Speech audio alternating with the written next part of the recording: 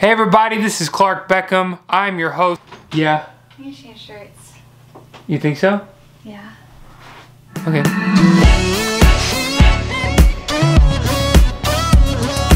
What's going on everybody? This is Clark Beckham. I will be your host today of the Idol Breakdown. First contestant of the episode to audition is Tristan Gressett. Well, it's 9 o'clock on a Saturday. Okay. Regular crowd shuffles in.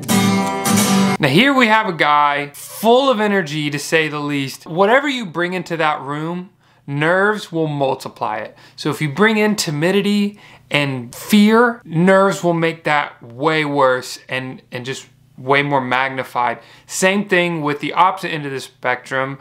Insert Tristan, which is full of energy and excitement. Also pair that with, he's been around producers for hours at this point and camera people who all they want is high energy excitement stuff. That's all they're trying to get. Every time you have a B-roll moment or a side interview, they're constantly saying, okay, great, that's awesome. Can we get that again, except twice the energy? Great, great, can we get the energy up?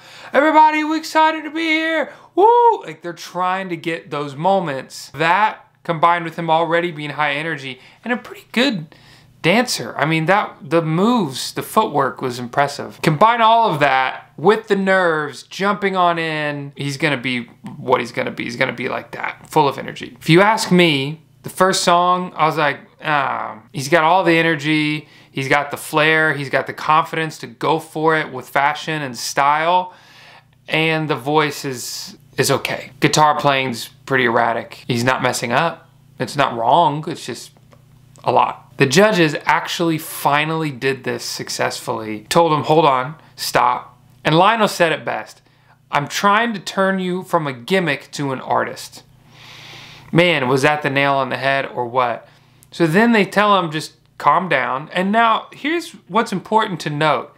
He was affected by that. That was hard to hear and it hurt him. The cool part is what he did with it. So cool, because so many contestants, and he's really young too, so many contestants would have just fallen apart and been like, okay, no, that's all right. All right, I'm done. Thanks, guys. I appreciate it. But no, again, it's not like it didn't faze him. You could see in his eyes that it was hurtful to him and embarrassing because he came in with all the confidence in the world, guns a-blazing, and then they said, hey, chill out there, bud. Stop it. You're overplaying. They had him do another song. He chilled out and went way low. And what did we get when that happened?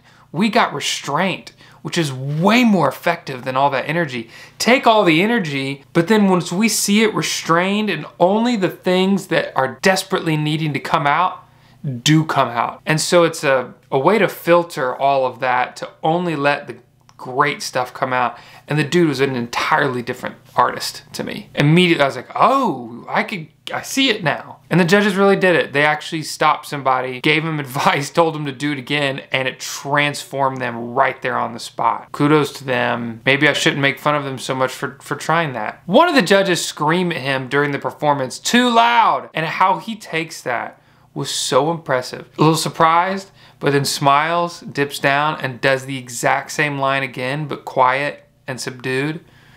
I was like, dang, bro, this guy can handle it. Oh, my favorite color, yes, ma'am. Too loud. Oh, my favorite color, right on.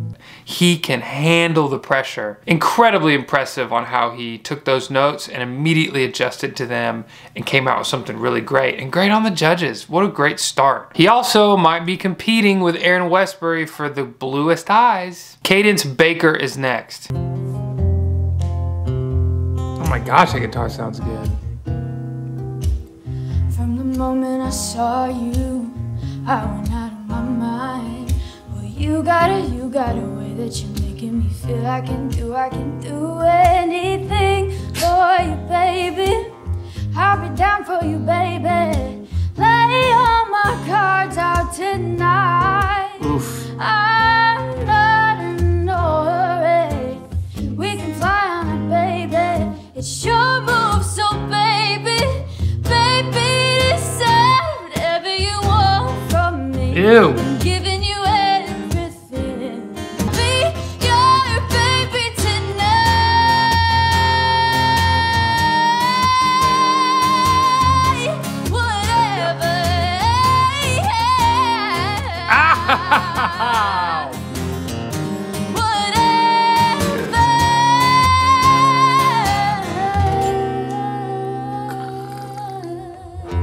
embittered. Ooh, she's a beast. She's a beast. You had a feeling when you heard about her rich musical background, her pedigree, and then her experience, you could tell. And then when her dad started playing guitar, I was like, dang, not only is he good, but man, that guitar sounds good. I wonder if, I was trying to look, I couldn't quite tell. I think they had to have it plugged in because it sounded good. A lot of times in studios and in other places, they'll have, and he had a beautiful, I think it was a Hummingbird Gibson guitar, but they'll have it plugged in and a mic on it. And so if he had it plugged in, they've got the boom mic too. They combine those two audio sources of the same guitar together and it can sound really good. And it did sound really good. Then she started singing. Oh man. She has a great mixed voice and great technique, which means she's gonna sing anything really well because she also has the intangibles too. The tone, the control, the feel for the song, the love of the song, just the innate ability to know what's supposed to be there vocally in a performance. The second half, I don't know the song very well, but the quicker moment, like that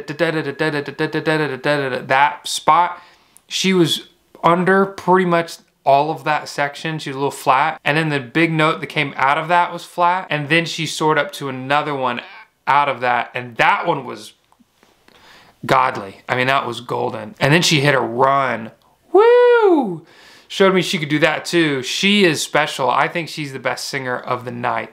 She was really, really good. The pitch issues that she had would be an instant fix if she just be aware of it and think about it. Sometimes when you're really good, you can sing and have pitch issues and everyone's gonna freak out and say you're amazing, and you're not gonna get the critique of like, hey, you were flat, because everything else was so good. It's just not what people think to say. All she has to do is be aware of her pitch and that she just needs to be on top of it on purpose. Instant fix. So I'm not worried about that at all. She's a beast. If you want to enjoy this episode as a podcast, you can go do Idol Breakdown on Spotify or Apple Podcasts and listen to this in the car. Listen to this wherever you want. I'm also putting the podcast link in the description below. Next, we have Dontrell Briggs. I'll travel near or far for your glory. I will do anything just to see you, to behold you as my king. The moment that I saw his aunt was labeled auntie and looked like a Church of God in Christ prophetess, oh, he's gonna sing his tail off. And then he said, I'm gonna sing Tasha Cobb's For Your Glory. I was screaming already. I'm like, he's gonna, this is it. I knew it. I knew this guy was church. Then he starts to sing and I go, shoot, I guess he isn't very good. That's just my honest thought at the beginning. That first verse he was singing, I was, I don't know. Then he gets to the chorus and he hits the note, the shout that is in his voice that is so authoritatively, dominantly, powerfully vicious. It was so strong. That's what I was waiting for. Luke asked a great question. He said, how much of you is a gospel artist? And he goes, 100%. I'm 100% gospel artist, which is interesting because American Idol is out for the next pop artist. Now, a pop artist can be any genre pretty much except gospel. Gospel, you're not really there's never been a pop star, I guess I would say. He reminds me of Otis Redding in the fact that he has tons of power and grit to his voice. Doesn't have a lot of spectacular runs in his arsenal, which is fine. In fact, when he sings another song, which I'm so glad he did, I needed that second song too to be convinced. He sang Tennessee Whiskey. He got to the chorus, I'm like, is he gonna do it? Is he gonna sing the run? Is he gonna do it? And he gets to the run and then Luke stops him. And I'm like, oh, come on, I wanted to see if he does it. And then he goes, no, go ahead, sing it again. He gets to the classic Chris Stapleton Tennessee Whiskey run. You're as warm as a glass of brandy. And every time people sing this, you can tell if they're real true runners if they can do the run. And if they can't, they either fail completely and it's a slide instead of the stairs, or they deviate from the run and do something else that's really soulful and effective. And Dontrell did something very soulful, very effective, and deviated from the original run and did his own thing, and it was very nice. You're as warm as a glass of brandy. He's got the goods. He's got something special, something that's different from the typical great R&B soul singer, with that voice and the grit and the power that he holds in that shouting. We'll see how it translates through Hollywood when he's stretched to do a little more as far as his versatility goes. The judges kept saying that they had issue with his vibrato. It was heavy, but I had no problem with it. It never bothered me. I was confused by that. Because of his gospel roots and his southern roots, when he did sing Chris Stapleton, he sang country, I could see him actually doing country. Because of the wide vowels that his accent naturally leans to, I could totally see him going down that road. But it seems like he wants to be a gospel singer, period. And it doesn't matter if you be more successful in another genre. Whatever your heart tells you to do as far as the style of music that you do is what you should do. The judges are playing around and messing around with each other, and I don't mind when the judges act silly when the contestant is acting silly. Like when the auditioner is hula hooping or standing on their head or being silly, and so the judges follow suit.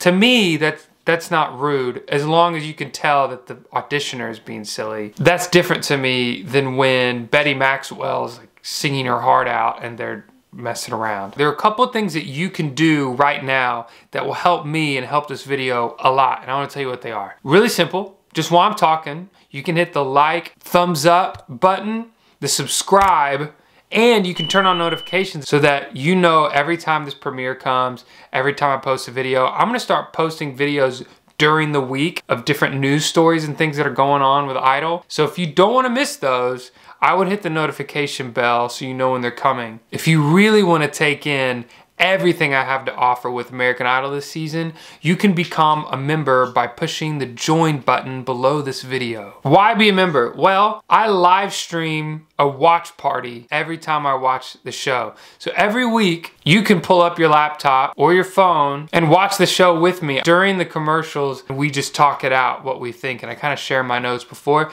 It's been really fun. Chanley cooks dinner, who's a really good cook. She is, my wife, and she sits down and she shares her opinion sometimes too. Next we have Abigail Brooks. Starry, starry night, paint your palette blue and gray.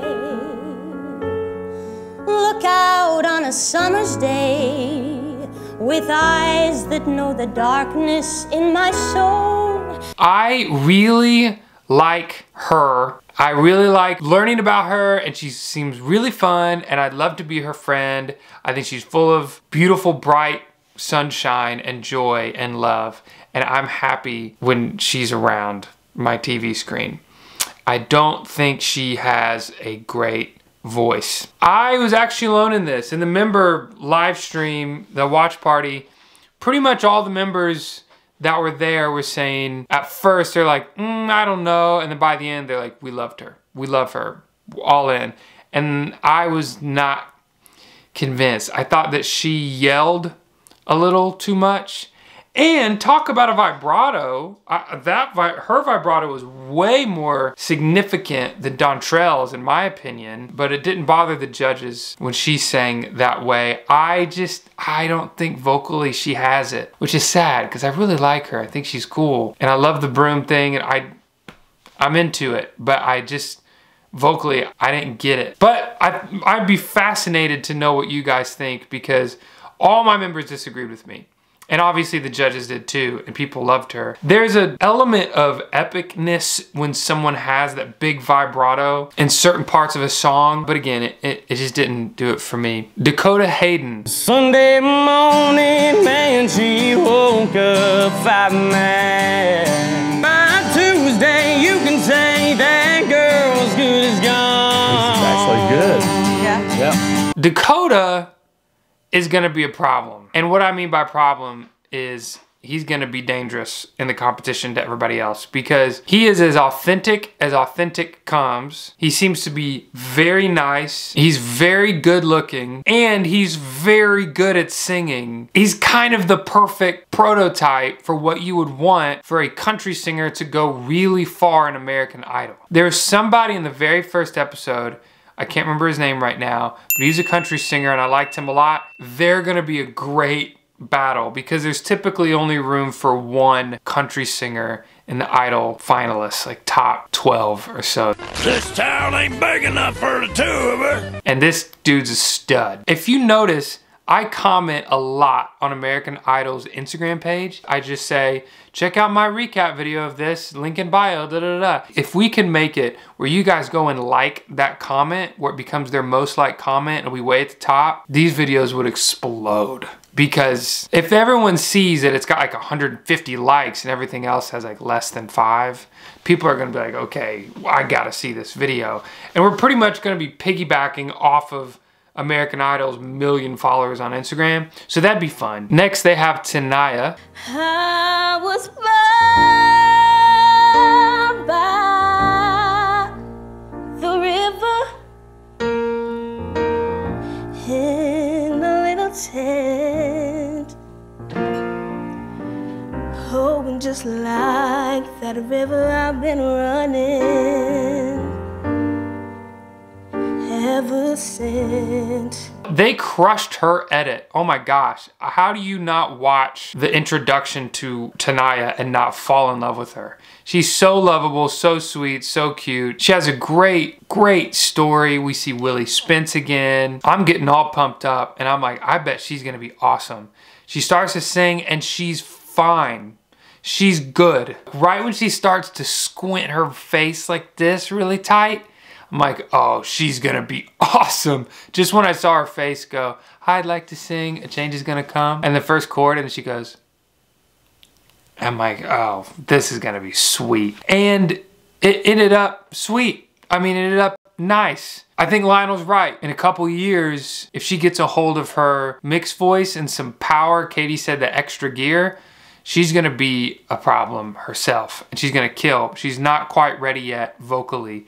Such a sweet girl, and oh my goodness, it was so sad when she started crying. She's gonna be okay. I'm telling you what, if she got with a great vocal coach, oh boy, she would be so powerful. They're showing a lot of their audition. They're letting these singers sing a long time and then showing all of it. As we go on, I'm starting to get bored. We're hearing these songs and a lot of the times the ones they show all of it, it's fine. It's almost like, are they trying to stall for time? Like, do they have enough material? Usually they have way more than they need and it's tough to cram everything down into a 2-hour episode.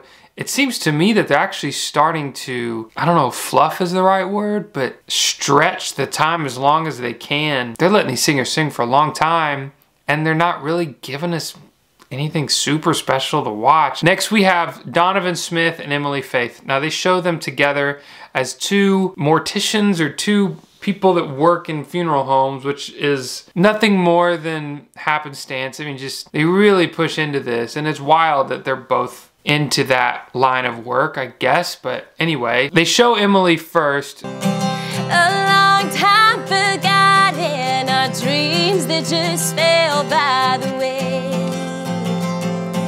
The good life he promised ain't what she's living today. Emily is a beautiful girl who has a great personality, is super personable. She's a singer, songwriter, tons of confidence. She plays great, she sings great. The songs are good. She does have pitch issues that are kind of scattered all throughout the song, but you don't notice it so much because her energy is so good and her voice is so good. It's almost like you don't believe your own ears when you hear a pitch issue. It's like, no, she's too good. That's fine. It's fine.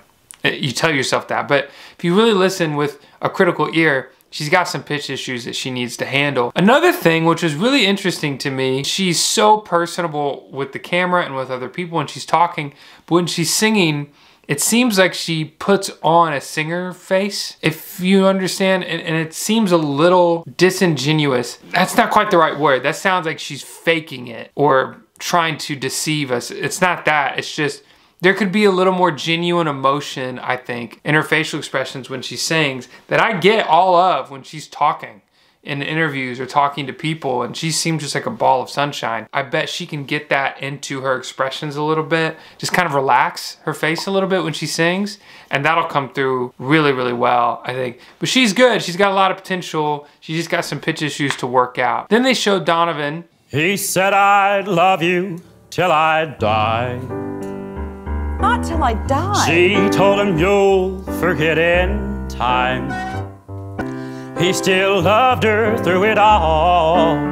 And he has a very odd tone. He's not a bad singer. You kind of get used to it. A lot of times when you hear country singers sing, it might take you by surprise. Their tone can be weird, and then you kind of get used to it, and you're like, oh, okay, I guess that's just how country singers are. But his was a little too out there. He did hit a run at the end. That was actually pretty clean. He didn't make it through. He was very gracious with Emily. It kind of seemed to me like he was saying, hey, wow, gee, congratulations. It's sure a nice golden ticket you got there. Just kind of fishing for like, did you make it? You didn't? Oh, no. Like, and I just want to congratulate you. It seemed like he was kind of wanting that moment. And Ryan was like, wow, you guys both work in funeral homes. It was kind of funny to me. And he just really was like, oh, well, you guys can work together. Gee golly, dead people. He didn't really get that compassion, perhaps, that he was searching for. Next, we have Mark Osborne. Well, the night is my companion,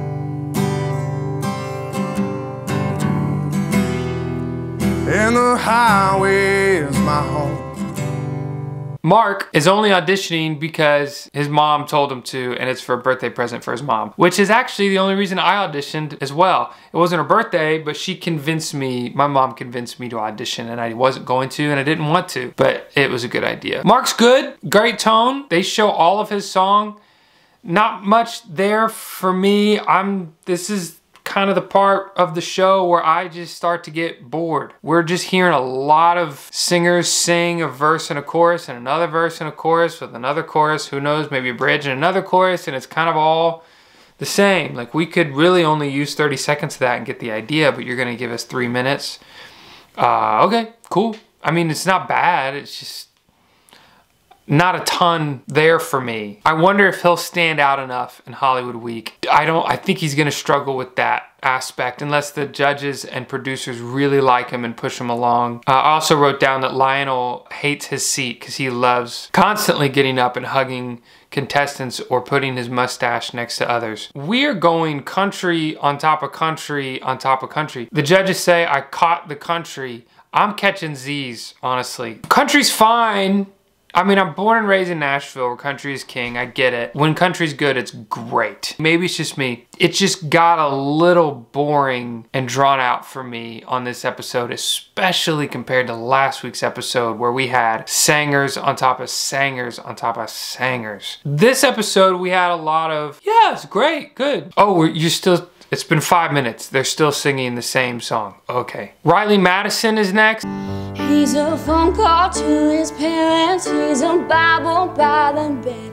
He's a t-shirt that I'm wearing. He's a song stuck in my head. With Riley, there are moments where she's great. I mean, really a standout. But like the last 3 or 4 contestants, she has some issues with her pitch. Apart from that, she's got great tone, does a great performance, great at literally everything that has to do with singing a performance. She's just gotta fix these pitch issues and she'll be at a whole different level. Lastly, we have Sam. When it rains, it pours, but you didn't even notice. It ain't raining anymore. Well, the sky has finally opened. Rain and wind stop blowing, but you're stuck out in that same old storm again. Sam starts off by telling the judges that he usually shies away from singing for people, and the judges' reactions are so funny to me because they're like, oh, do you know where you are? do you know what you're about to do? Do you know what this show is? Do you know what we do? You know what we're trying to find. But he explains himself, they tell his story, and it's very touching. And I love so much that they give him an opportunity to sing and that he's really good. For his audition, he, as well as a lot of the other contestants, had great moments. The moments that were great were really good. I mean, they're great. But he had some pitch and control issues as well. And they came quite a bit. I would say 30% of his notes were off. But again, when he'd get hold of a note and bring that vibrato and that tone out, it was a 10 out of 10. It was a, oh my goodness, breathtaking moment. There was that's an X factor for him. And then what's called a glottal stop. It's kind of a gross term, but it's kind of like a half yodel, like a pop yodel, if you will. It's like, in a moment like this, some people, that people right there, instead of some people wait a life, it's some people, just that little cry. He does those all throughout the song masterfully. Puts on a clinic of how to do that well. Those moments are so strong. If you could just get the pitch stuff handled, he'd be really special. I am interested to see how he does in Hollywood Week, because 99% of your experience in Hollywood Week is surrounded by 300 other contestants that all want to win American Idol and are all so different and so fascinating. And there are egos, there are insecurities, which some people would say are the same thing. There are tons of different people all around, and you're pretty much talking with and being with those contestants the entire time. So hope he does okay with that. I will say it's really important to make note of how big of a deal this is for Sam. He grew up loving American Idol, struggling with autism and social anxiety, and now he's freaking doing the thing. He was just a featured contestant on an episode of American Idol as the final, the pimp spot as we call it, the very last spot of the show, where he was able to sing, did incredibly well, treated the judges well, and it was just a great moment. It's a big deal that he accomplished that. I will say also, man, when Lionel's good, I just wrote down Daddy Lionel. Like when he becomes like Papa, Father Lionel, talking to someone who's in distress, he handles it so well. I just trust him to handle any situation like that. Any situation where someone's crying, just let Lionel talk, everybody else shut up. Like he's gonna just fix everything and make everything right. A new segment I'm gonna start doing is winners and losers. My winners of the week were country music fans, because we got a lot, not just of country music and country singers, but country stories and country accents and people from Whiteville, from North Carolina, from a lot of places. And the loser of the week, I'm gonna say might be me, because how do I say this? I am not the biggest crazy country fan in the world. Now, I did produce a country EP with Hannah Everhart, last year's contestant on American Idol. It's like an R&B soul country. She basically called me and was like, hey, I want to do soul country. I'll bring the country, you bring the soul and R&B. And that's how we made it work. And I freaking love that project, and she killed it. But, oh, I don't know. I can just only take so much, I think. And yeah, it was, I might be alone in that. Maybe everybody loved it and I'm just the only one who was a little bored. But it is what it is. That's it for this week. Thank you guys for being so supportive. Keep coming back. This premieres every single Monday at 8 p.m. Eastern, 7 p.m. Central Time. You guys be good, and I will see you next week.